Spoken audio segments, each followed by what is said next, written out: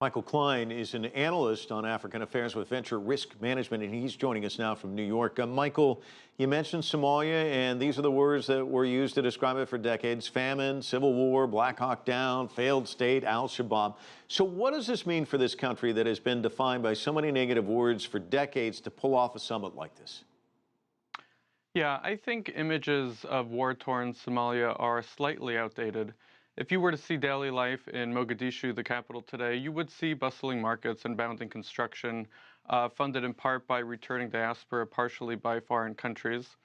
We'll have to speak about both threats and promises, but I think on balance, the IGAD summit today, followed by elections later this month and in October, should sound an optimistic note for Somalia and its people. Well, kind of riffing off of that, the foreign affairs minister noted this quote, this is the first time Somalia hosts such a high-level summit in 30 years. We see it as a historic signal and message to the world that Somalia is coming back. Is it really coming back, or is it still fragile?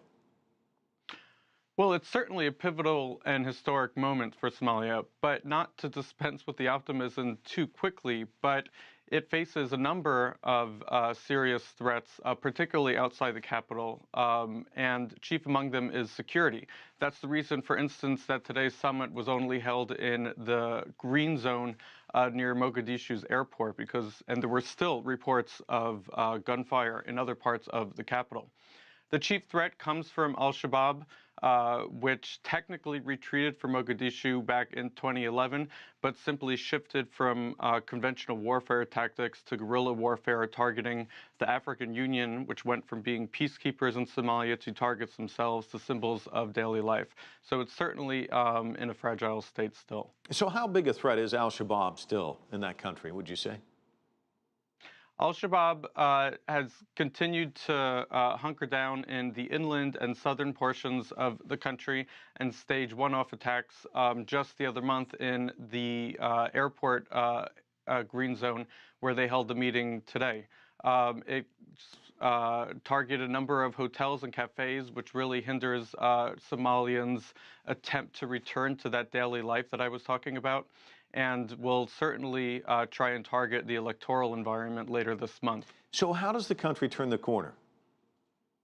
Well, there's a number of challenges that Somalia faces. I'd say there are three chief among them.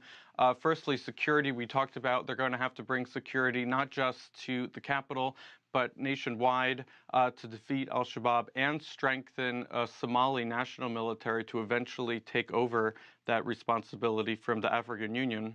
Second is politically. These elections are not the finish line. They're just a hurdle in Somalia's political development.